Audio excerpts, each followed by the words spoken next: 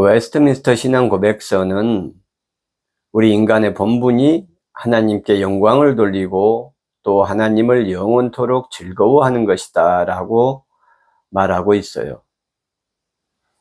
하나님께 예배를 드리고 하나님을 즐거워한다는 것, 다시 말해서 우리 기독교인들이라면 예배 드리는 삶을 살아야 된다는 말씀이죠. 그러나 예배에 대해서 우리가 잘 알지 못하고 있다, 저는 그렇게 생각을 합니다. 그래서 오늘은 성경적인 예배는 어떤 것인지를 말씀을 통해서 살펴보려고 해요. 지금 우리가 주일날 또는 수요일 새벽에 드리는 예배는 일정한 형식을 갖추고 있죠. 그 형식을 통해서 하나님을 경배하는 것입니다. 구약시대에는 지금과 같은 예배를 드리지 않았고 제사를 통해서 하나님께 예배를 드렸어요. 제사를 통해서 하나님을 경배했다는 말씀입니다.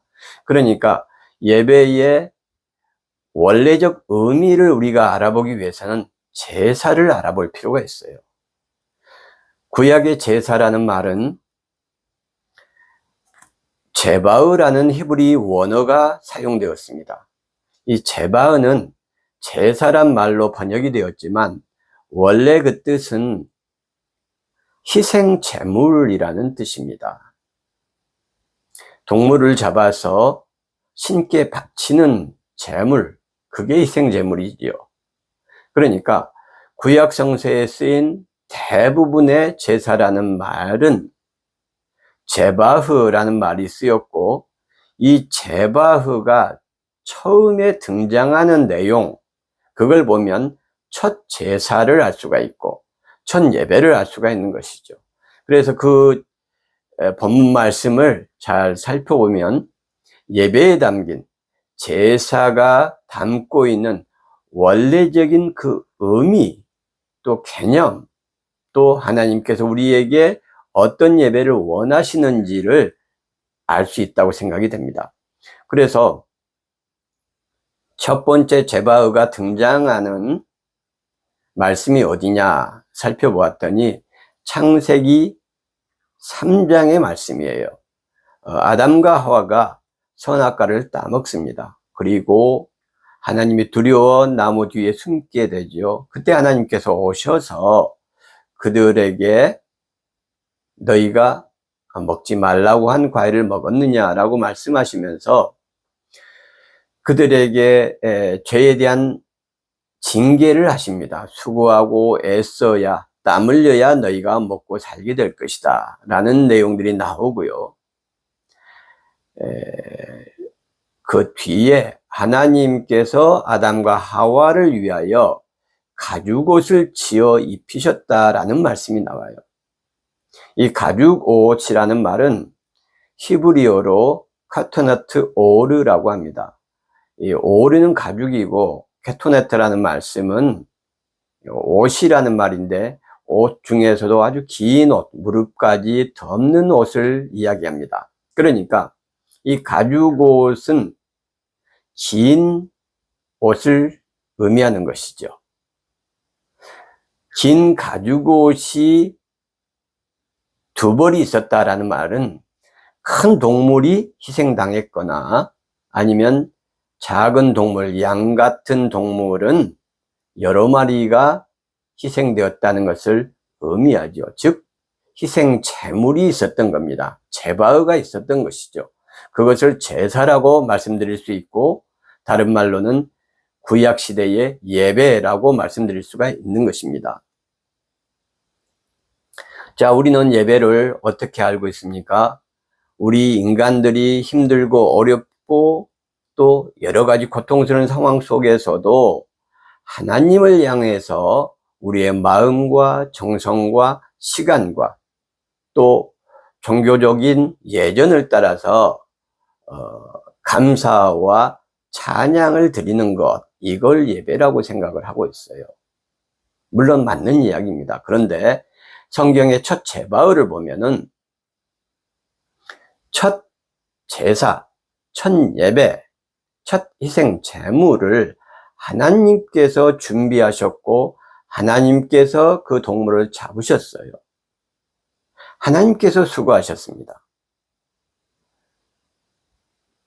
동물을 잡고 또 내장을 다 끄집어내고 피를 씻고 그리고 그 가죽을 제단해서 아담과 하와의 옷을 해 입히셨죠.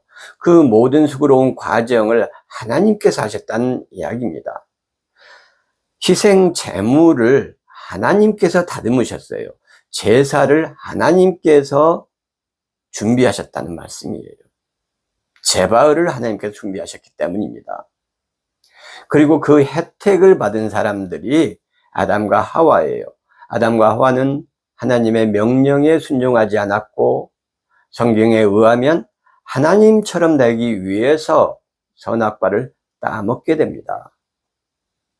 즉 하나님을 대적한 사람들을 위해서 하나님께서 케토네트 오르, 긴 가죽옷을 만들어 입히셨어요.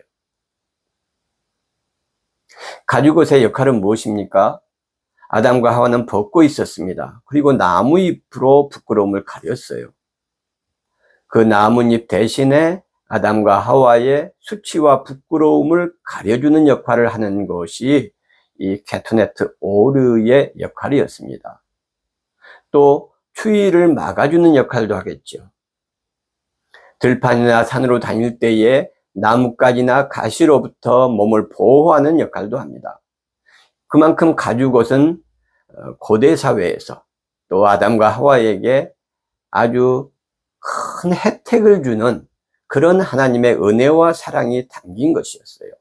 이것이 첫 번째 제바흐, 즉 제사, 그리고 희생 제물과 예배에 담긴 중요한 의미라고 생각을 합니다. 자, 다시 한번 정리를 해볼게요.